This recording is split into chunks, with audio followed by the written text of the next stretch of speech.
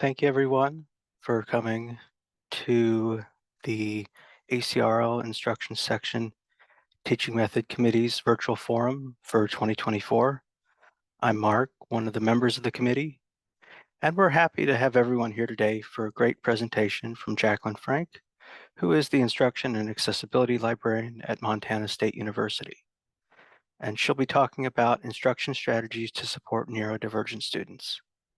A few housekeeping things before we start. You can put your questions into the chat throughout the presentation.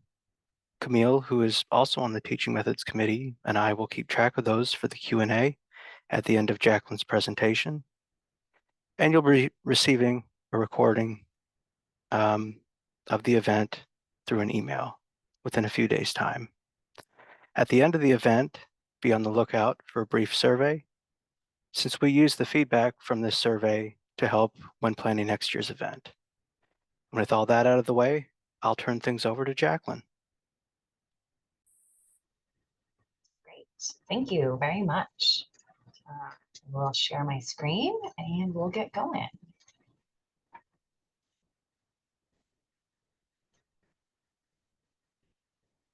Okay. Today, we are going to be talking about instruction strategies to support neurodivergent students. And thank you for the introduction, Mark. I am Jacqueline Frank, the Instruction and Accessibility Librarian at Montana State University. So I help make our instruction and services and resources more accessible and inclusive to everyone is the goal. Today, we're going to briefly cover what neurodiversity is, talk about a strengths-based approach. I'll give a short note on the formal evaluation and accommodation process, but the majority of our time, we're going to be talking about teaching strategies.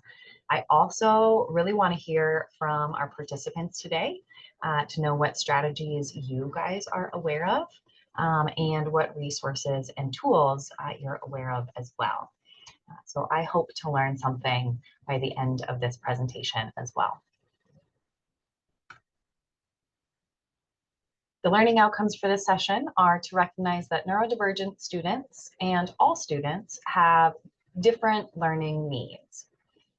We also want to understand how to employ inclusive teaching strategies to support neurodivergent students and have the opportunity to, again, share experiences, strategies, and resources to help build a robust toolkit that we can come back to for reminders in the future. So what is neurodiversity? The Oxford English Dictionary defines neurodiversity as the range of differences in individual brain function and behavioral traits regarded as part of a normal variation in the human population. And according to Harvard Health Publishing, neurodiversity describes the idea that people experience and interact with the world around them in many different ways. There's no right way of thinking, and that learning and behavior and differences are not viewed as deficits.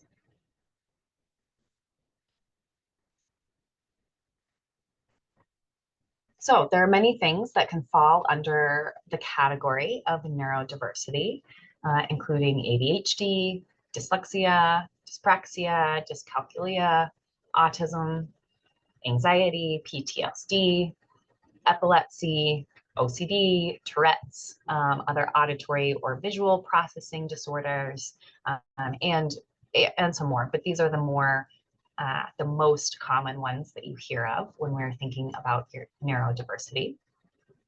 And about 20% of undergraduate students have a disability, according to the National Center. Oh, I forgot to put that reference in there. I will update the slides so that when you get the slides after this presentation, you will have that reference in there. And so with 20% of undergraduates having a disability, the most common tend to be invisible disabilities, including ADHD, dyslexia, PTSD and anxiety. And so a lot of the most common disabilities fall under the umbrella of neurodiversity many times. And it's good to think about this from a strengths-based approach, acknowledging that every human is different. We all have different strengths, of course, and it's not a question of skill, intelligence, or likelihood of success. So trying to get away from some of those biases and acknowledge that there is a wide range of ways that people perceive and respond to the world, and that these differences are to be embraced and encouraged.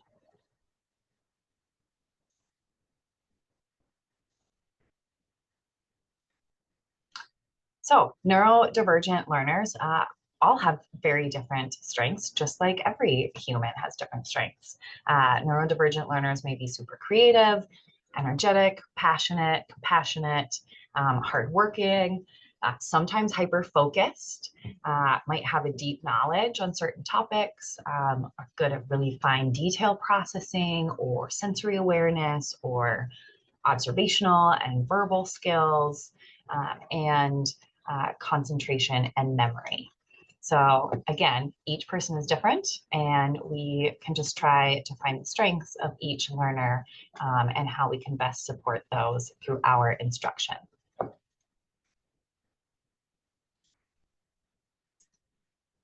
A quick note about formal evaluations and accommodations. Formal evaluations are often needed to get approved for formal accommodations in higher education. And not everyone necessarily has access to the funds to be evaluated.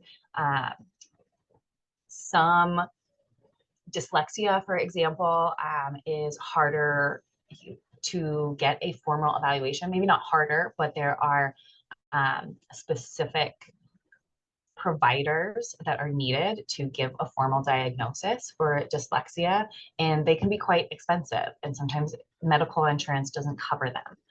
ADHD, on the other hand, many more healthcare providers can sometimes diagnose ADHD, so the access is a little bit broader, but at the same time, not everyone might have medical insurance or the opportunity to still see a doctor. So not everyone has access to formal accommodations, and they also require students to self-report and kind of self-select into that process. So in the end, not everyone is eligible or always has access to those formal accommodations. That would be through disability services or the Office of Disability on campus. So another thing is formal accommodations don't always fit the student's needs. They are trying to fit the student's needs, but they don't always meet every need.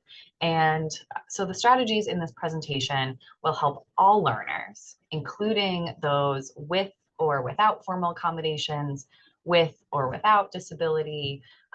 So we're focused on some strategies that will help neurodivergent learners, but in the end, it helps all students. So digging into the meat of our presentation, teaching strategies. I would like to know what strategies you are currently aware of. So please put anything in the chat that you would like to share. And if there are new ones, we will certainly touch on those as well. So please share in the chat if you are aware of other specific teaching strategies or things that you're currently employing, things that you know someone else might be utilizing, or just things that you're aware of. So I'm seeing UDL, Universal Design for Learning, as a concept in general, definitely. Live captioning on PowerPoint slides, And yes, live captioning on PowerPoint slides is a great one. I do not have it turned on because through Zoom, we have a closed captioning option, and I don't want that to get in the way. But when you don't have an option for users to turn it off or on their own, live captioning through PowerPoint is a great resource to use. And lots of universal design for learning, which is great. Providing resources in advance so students can review PowerPoints and activities. Yep, that's a great one. Providing outlines for a session and that students can copy over to their Google Drive or to take notes from. So yeah, kind of a scaffolded note opportunities to help them take their own notes. Written instructions and giving verbal instructions. Letting the professor know if you'll be doing group work ahead of time and ask them to let students in the class know about possible group work that might be happening, intentional scaffolding, course guides and handouts that then learners can review later, using a variety of modes, visual, textual, different, providing content in different options and formats. Notice gives time for students to be aware of what to expect. So yeah, telling people in advance what to expect. Providing assignment format choices for folks, for different types of folks to choose what type of assignment format. Allowing participation through a variety of different ways, speaking, written, etc.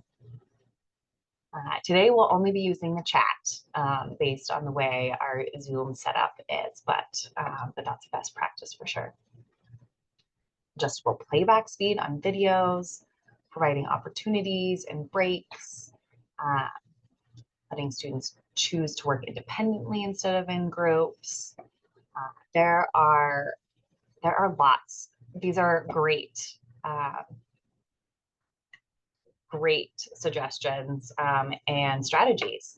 So hopefully you'll find a few new ones.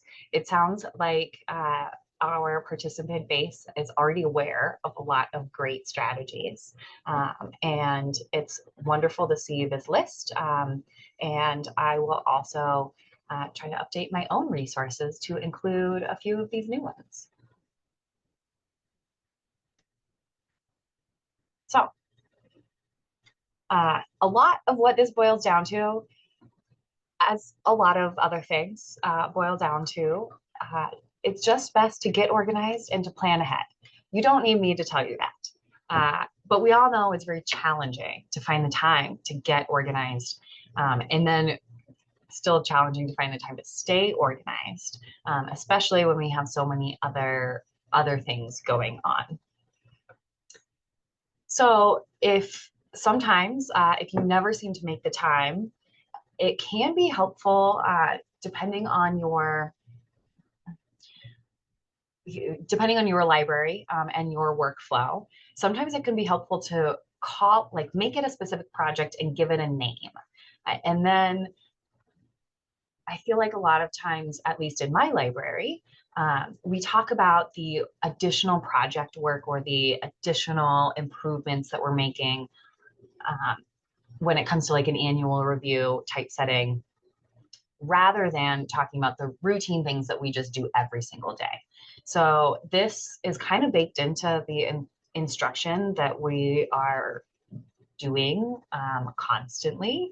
So sometimes naming it as a project, calling it something like reviewing and revamping instruction with accessibility best practices to support neurodivergent learners.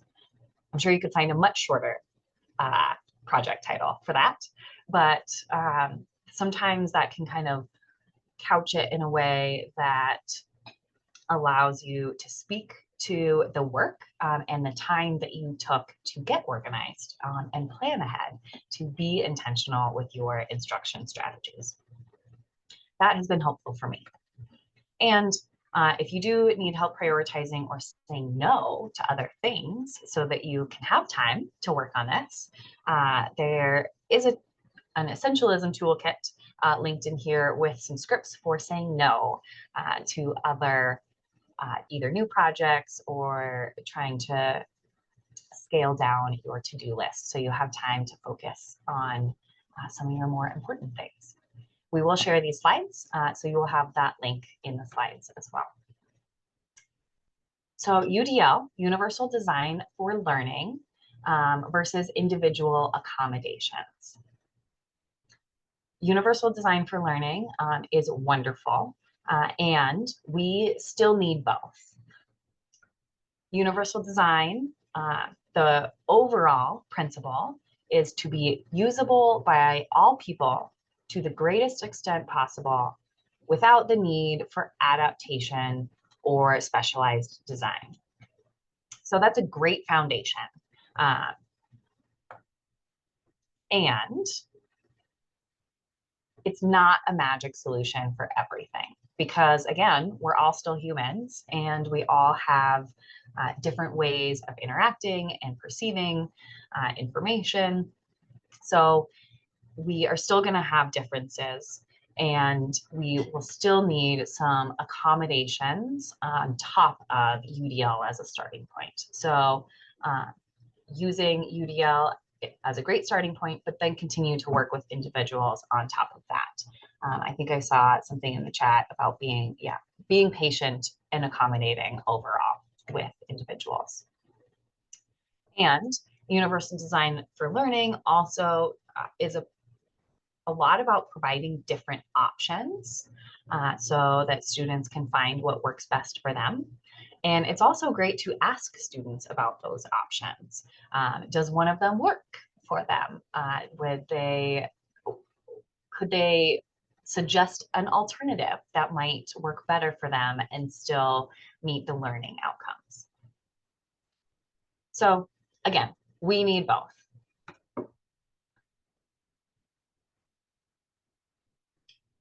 Reducing complexity.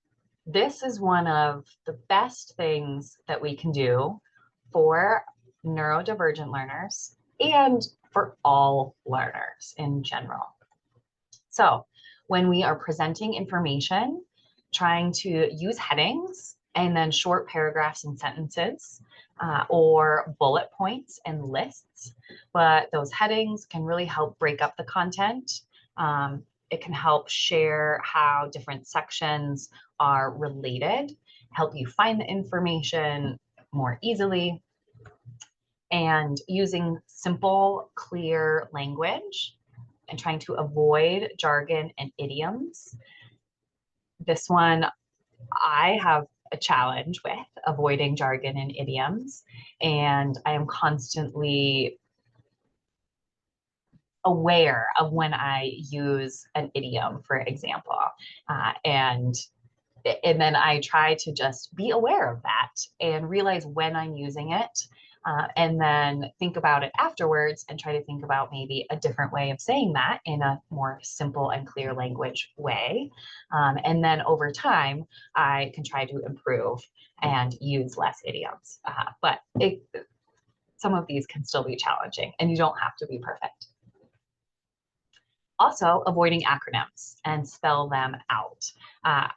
I was actually just thinking about this on our previous slide. I did not spell out Universal Design for Learning. And so that was a mistake on my part. So I tried to look at this and tried to model to the best of my ability all of these things through our presentation today, but sometimes we see where we can improve. So again, that helps reduce complexity overall. For anyone teaching credit-based courses, there may be some librarians who are teaching full credit courses. Clear action items and establishing one place to go to find deadlines, what's current, what's next. And so it's very clear, just know one place where to check rather than trying to look at the syllabus for the long-term final project, but then maybe look at the individual discussion posts through your learning management system. Just try to have one place that students can go to see what they need to do this week and what they need to be aware of what's coming up. Again, giving advanced notice and multiple reminders for those upcoming assignments or tests or projects can help students stay on track. And then trying to use consistent formatting for assignments can be helpful as well. Again, if you're teaching longer credit-based courses, but some of this also relates to one-shot instruction or library instruction sessions, guest lectures, trying to break up those lectures or talks into shorter chunks with breaks in between. Long lectures can be overwhelming, especially a one-shot library instruction session. Oftentimes librarians try to pack as much content and tips and tricks in as possible because we have so many things that we know about that can help and can help save time, but can be a lot of information and it can be overwhelming. So trying to break that into shorter chunks, give people breaks, especially if it's, a longer class than just a 50-minute or an hour-long class. If they're a 75-minute class, try to break it up and actually give a break in the middle for someone to leave the room and get a drink of water and come back with a refreshed mindset. Providing clear step-by-step instructions for assignments, activities. And this is, again, useful to provide in multiple formats. So that is one of the multiple formats with a clear and consistent place to go to look for new information is one of the biggest themes that we can provide through this presentation. So again, having something written with those step-by-step instructions and then going through them verbally as well so that the students are still receiving the information in multiple modalities, but they still kind of have one place, that written instruction place to go back to for those reminders. So it can still be clear where to find that information, but you're still providing it in multiple modalities. And if you are providing a graded assignment, using detailed grading rubrics will really help you clarify those expectations and what you're looking for, and really sets students up to be more successful when they have a clear grading rubric and know how to meet those expectations. And kind of coming down to the individual sessions, whether this is one class period for a credit-bearing class, or again, one of our library instruction sessions, providing an outline at the beginning of each lesson, or even agendas for meetings. You can do this within your library and within your own departments. And then also trying to give estimated times for each topic. Of course, it's an estimate. You may not always stick to it essentially, but trying to more or less stay on track with the outline and those agendas, and try to limit tangents when possible so that you can really kind of stick to that planned approach, can help learners know what to expect, stay on task, and be following along in an organized fashion. Considering sensory needs. This one is easy to consider. You can think about background noise, harsh lighting, visual distractions, making sure the presentation that or the resources that you're sharing don't have crazy color clashes and things like that. But this can be hard to control. So it can be easier to consider it, but it can be hard based on some of our physical infrastructure. So here at the MSU library, for example, we have a very functional classroom, but whenever the HVAC system turns on, there is this loud humming and kind of a clicking noise in the background that is definitely not ideal. And we are aware of it. We try to minimize it. Sometimes I'll even go in and turn down the temperature in that room so that that HVAC doesn't turn on. I just turn it down by like 1 or 2 degrees for that time. But that's a larger problem that is an infrastructure problem. We're not going to completely eliminate the HVAC system until we get a whole robust upgrade to our system. So what you can do is best. Sometimes you might only have fluorescent lighting, and that might just be the case. But if you have fluorescent lighting that has lighting covers, if you are thinking, if you have one main library classroom like our library has, could we think about maybe some lighting covers that reduce the maybe harsh effects of fluorescence? So there are ways to consider this and try to improve as much as you can, but you will note that some things will be out of your control. I see a question in the chat here. Does it help to make students aware that the HVAC makes noise? Yes, I would say it does. If you notice anything, if you know that there is something in your environment, like that loud air handling system, you can tell students at the beginning, just to let you know, if this kicks on and you hear a background noise, that's just our HVAC system, and we apologize if it's noisy for you. Even that, you're not fixing the problem necessarily, but it can help to acknowledge that.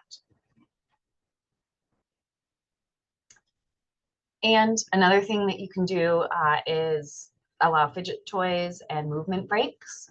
So fidget toys are more common in like a credit bearing course, and students might bring their own with them, but the library could also provide some fidget toys. And maybe you just have a basket that you bring to a library instruction session and allow students to use them or play with them during your session, and then ask them to return them. And then the movement breaks, again, especially if it's longer than a 50-minute class, or even if you can build it into a 50-minute class, to let students get up, get a drink of water, do anything that they might need to, stretch, and then come back to the whole class. Providing content ahead of time. This is another big strategy that can be very helpful for neurodivergent learners, and it's also very helpful for everyone else. So again, this one came up in the chat that a lot of people mentioned. So trying to share your lecture slides, notes, handouts, etc. ahead of time. In our library, we provide a lot of LibGuides, which I'm sure is common, and oftentimes we have a LibGuide that was already created for a subject area. If we are creating another LibGuide for a specific class, just try to share the link to that guide with the professor ahead of time so that they can pass it on to their students and that they can already be aware of that resource. And then asking the instructors to include the link to a LibGuide in an assignment or in their course shell in their learning management system. That can also, kind of going back to providing clear content and simple course design with one place to find everything. If you ask the instructor to include it in their assignment, that means students don't need to remember how to get to the guide in addition to where to find their assignment details. If you ask the instructor to just include it, they have one place to go to find their assignment and then a link to the library resources that could help them. And if you provide the content ahead of time, it allows students to follow along and possibly process the information more easily. So if I am viewing a presentation and I have the slides in advance, it is really helpful for me to follow along on my own, sometimes rather than watching the presenter. And that also allows me to have that resource and know that I have it in advance rather than trying to remember or where do I go to get these after the fact. Multiple formats. This is another super big strategy. Universal Design for Learning, again, is trying to provide different options, including multiple formats. So providing info verbally, especially in like a library one-shot instruction session, we often provide a lot of verbal information on a live demonstration.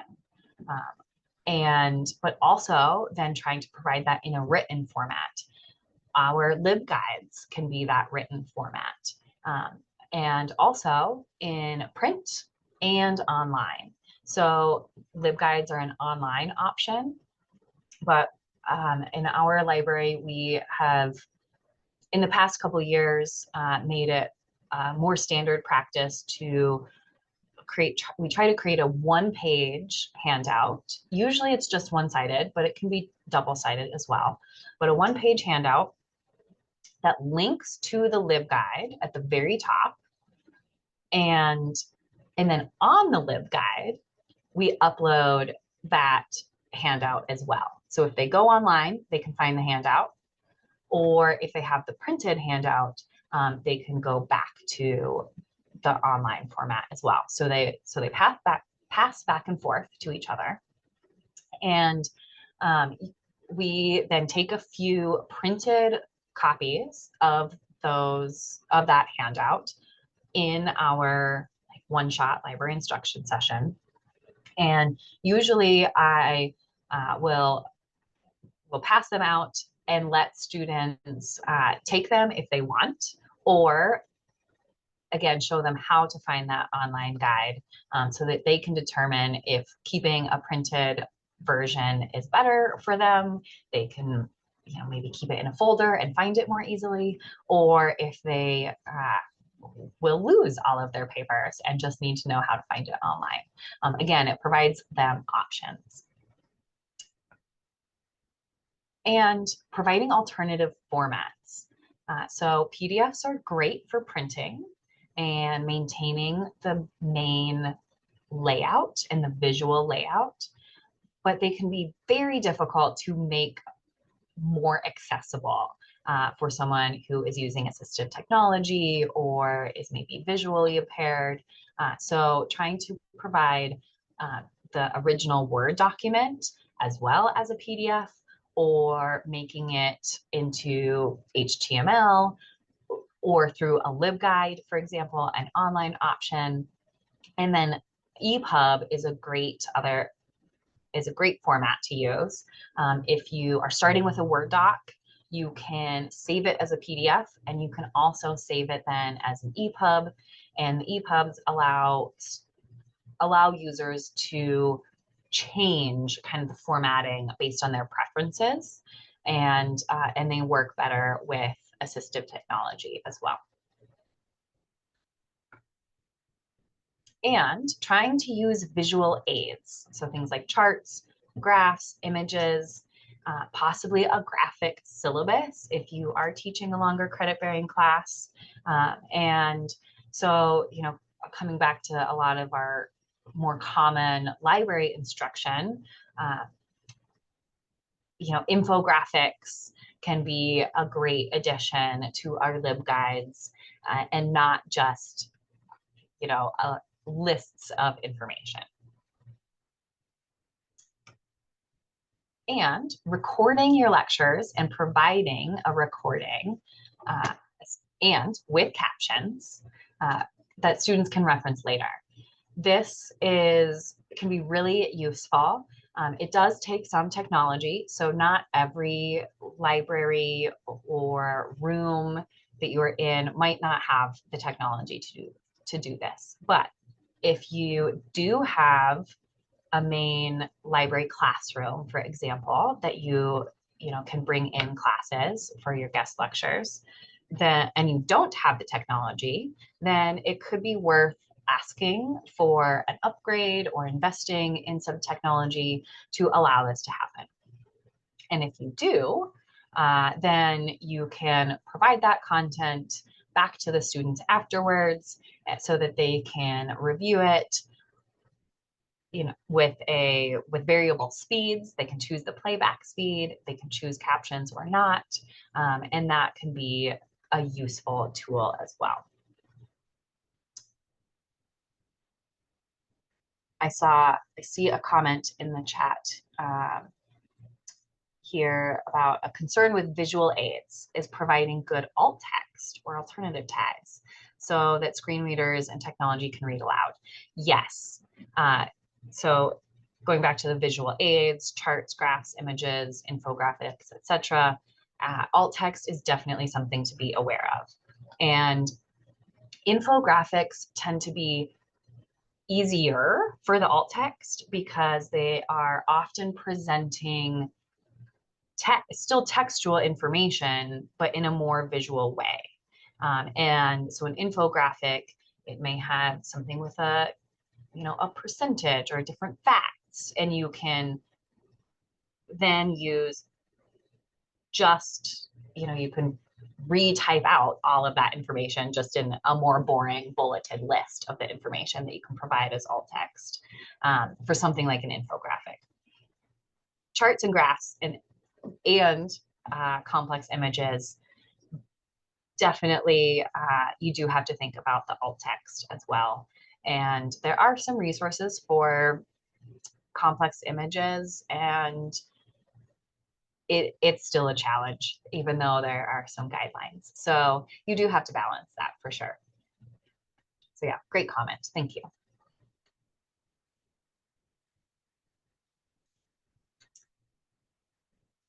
If you are providing an assignment or teaching a longer class, consider alternative exam formats for oral exams, presentations, creating a website, maybe creating an infographic, or allowing a student to suggest an alternative that they're super excited about. Maybe they want to create a video, and that works with your learning outcomes. So again, different exam formats, but also different assignment formats, depending on what type of instruction you are focused on. I would be remiss to not mention that we should be following accessibility and UDL best practices.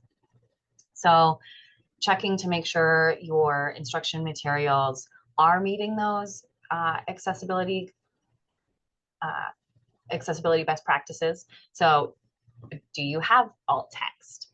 Is the alt text providing the intended context or outcome of what someone would gain from viewing something visually? Checking your color contrast, checking to see that you are using headers, that you're actually formatting them as a header within Word or within LibGuides, and not just making the text bold and bigger, which doesn't help with assistive technology or screen readers and things like that. But checking your heading structure, making sure you're trying to use intuitive hyperlinks as as often as you are able to, as much as you can. So intuitive hyperlinks, not just putting the full URL in there, saying, you know, go to the library guide at, and then copying the entire URL, but actually linking the online library guide. And then that is the text that is linked. So following all of these best practices will also help our users. And then again, utilizing the Universal Design for Learning guidelines, that came up a lot, again, through the strategies that we're all aware of. And that can, again, help make instruction more accessible to all students. And quick question, when you say intuitive hyperlinks, are you talking about linked text? Yes. So on this slide right now, you are seeing the second bullet point. If you are looking at the slides and you can see them, it says utilize Universal Design for Learning guidelines, and that is the text. UDL guidelines is the text that is linked, rather than saying utilize these guidelines and then pasting the long link that may have some random characters in it as well. So yes, linked text. We're not going to spend too much time on those accessibility best practices in UDL because we're focused on teaching strategies. But if you have any questions about that, please certainly let me know and we can talk about that more. Getting feedback from students is another great option. So questionnaires for all students before class or before an individual consultation. So lots of times we hear about this in the context of credit-bearing courses, and that's great.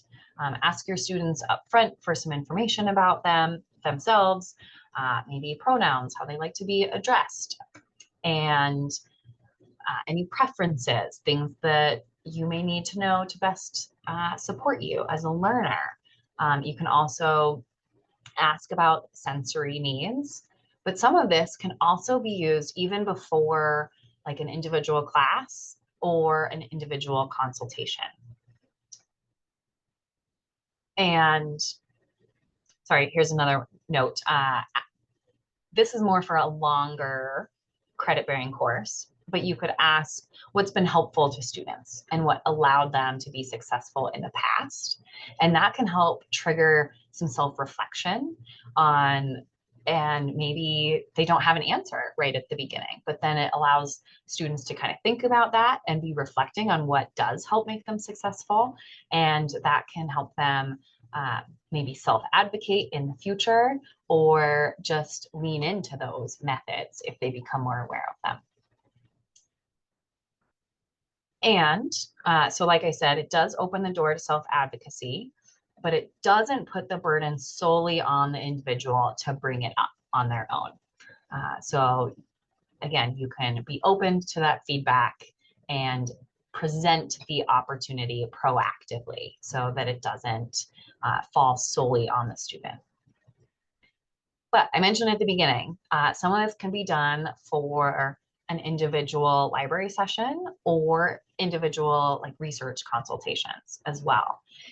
So at our library, for example, we have an instruction request form where other faculty on campus can ask for a librarian to come teach a session in their class about how to do research or library resources or whatever.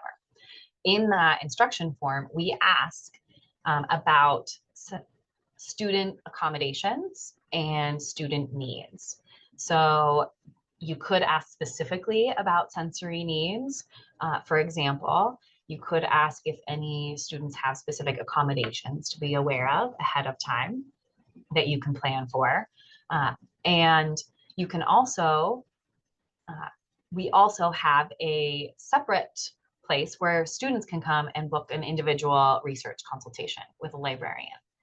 On that form, we ask about pronouns, how they would like to be addressed. We ask if they have any accommodation or other needs that would help them be successful. I can't remember the exact language, but it tries to get at accommodations, but opens it up broadly to just say, tell us what would be helpful for you. So there are ways to bring this in and get feedback from students kind of at the beginning, ahead of time, through some of those methods, even for just the individual touch points with students. And there's one more bullet point. Ask for feedback multiple times throughout the semester if it is a longer kind of credit-bearing course. So don't just do it at the beginning and then forget about it. Try to ask for feedback multiple times. And one of the last things that we can do is share resources. Share information with all students about the Office of Disability Services, and share information about different accommodations that students can pursue if it would be helpful. You can mention this at the beginning of a class with all the students, but then being aware of some of the different accommodations, or asking your disability services office for kind of some information about general types of accommodations that may or may not be available, that then you can be aware of, and just share, again, general information. The Office of Disability Services is the main place to go to for the students to have the conversation about their specific needs and the specific accommodations that would be helpful for them. But sharing that general information can be very helpful for students who may or may not be already familiar with asking for formal accommodations. And then more broadly, sharing tools that are available to students for such as Read and Write Gold. That is one that we have here at Montana State University. And there are lots of great options within Read and Write Gold for speech to text, text to speech options. There's a visual vocabulary. There are places where you can upload a PDF and it will automatically recognize the text through OCR, or optical character recognition, so that then you could search the text for specific words or listen to it. And this is a resource that is underutilized on our campus. And so a lot of it is just that students don't know that it's an option for them. So again, sharing these tools with all students whenever it comes up, at the beginning of classes, and as appropriate. Offer individual help as well. So let students know how they can get help from humans. Tools and resources and software are great, and maybe that meets their needs, but oftentimes it can be helpful to just get to speak with a human in person, or through chat, or through email. So oftentimes we have a suite of ways that the library wants to help, and we're eager to help our student population learn. So just, again, allowing that through office hours, research consultations, chat, email, coming in and asking at the front desk, whatever that may be, letting students know as much as possible how to get help and different tools that they can use. I see a comment in the chat. Library West is working on accumulating a list of accommodations available within the space. I'm excited for our patrons to have that resource. Yes, it's something I would have loved as a student. That's great. Please keep sharing in the chat. Speaking about resources and references, these are some of the main resources that I have used to help put this presentation together, but there are so many other resources. So what else? What else do you know about? If there are some other strategies that we haven't touched on, either in the chat or through our presentation today, please let me know what other strategies you're aware of if we missed something, but also what resources or tools do you know about, or is there a great bank of information sources for us? And anything that you do share in the chat, I will also add to our online neurodiversity resources guide that is, again, linked from these slides that you have. There was a link to the slides in the chat today. And so you can come back to that as a toolkit. So does anyone have any other resources that we should be aware of? Or we have about 9 minutes left. So general Q&A as well.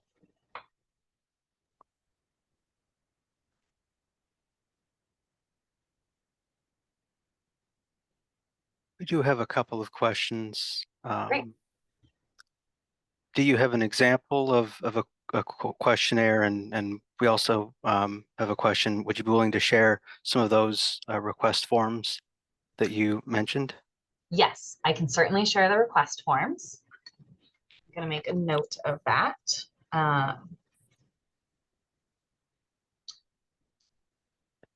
And I don't have a specific questionnaire off the top of my head, but there are many resources out there that you can look at. Many of them are thinking about credit courses, like a long semester long course, but there are many other resources. So I can also try to look for a few examples for questionnaires that are already available as well. That would be great. Yeah.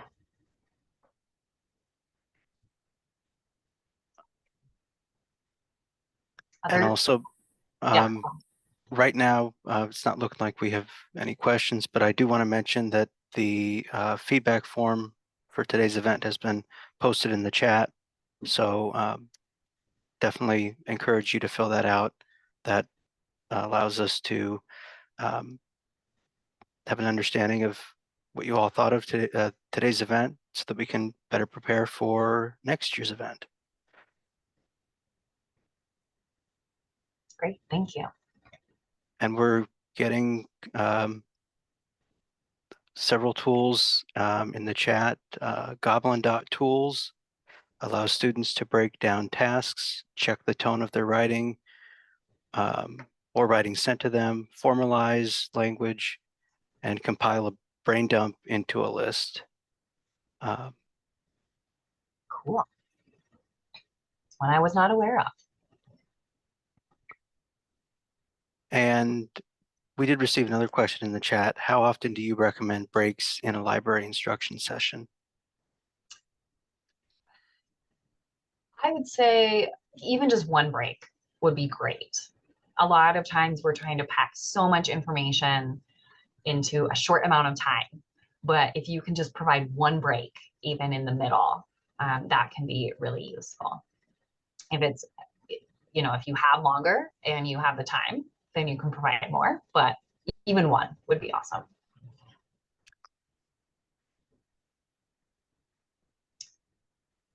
I'm also seeing that the ACRL, Universal Accessibility Interest Group, has an active email list. Don't need to be a member to join it. So feel free to follow that.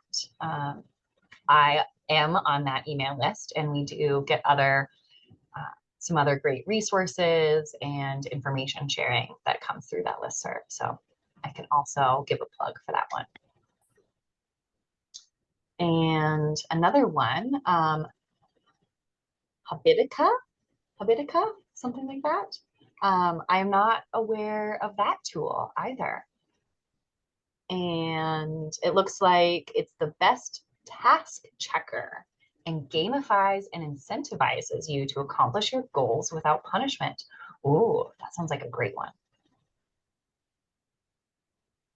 And then another comment, as a grad student, I used an app called Voice Dream. You can read PDFs out loud. You can choose from many voices. Cool. You can change the speed, train it to read words. It pronounces incorrectly. And I have ADHD and complex reading, such as research studies are difficult. So having it read out loud helps with comprehension. That's great. That's another great tool. I've heard more about Speechify as a read aloud software option, but I have not heard about VoiceStream. So that's great. I'll have to look into all of these. And then lastly, a color checking tool that I find really useful. Yeah, color contrast has not been included in a lot of kind of built-in accessibility checkers. I think it's now included in Word, but historically it hasn't been in many accessibility checkers. You kind of have to have a separate color checking tool, and there are lots of good ones. So that looks like a great option as well. I will add all of those specific resources and tools, as well as fill in some of the other strategies on the neurodiversity resources guide that you can come back to in the future. And please, yeah, don't forget to provide feedback today. Anything else for you, Mark? It does not look like there are any more questions for today, but thank you, Jacqueline, for a great presentation. And thank you everyone for attending today's presentation. We're getting a lot of thank yous to you, Jacqueline, here in the chat. This is wonderful. I found it very useful. So a lot of great things in the chat for you, Jacqueline. So thank you very much for an excellent presentation. Well, and thank you very much for having me, and thanks for everyone who joined and is thinking about ways to make instruction more accessible and inclusive. So thanks for being here, and thanks for having me.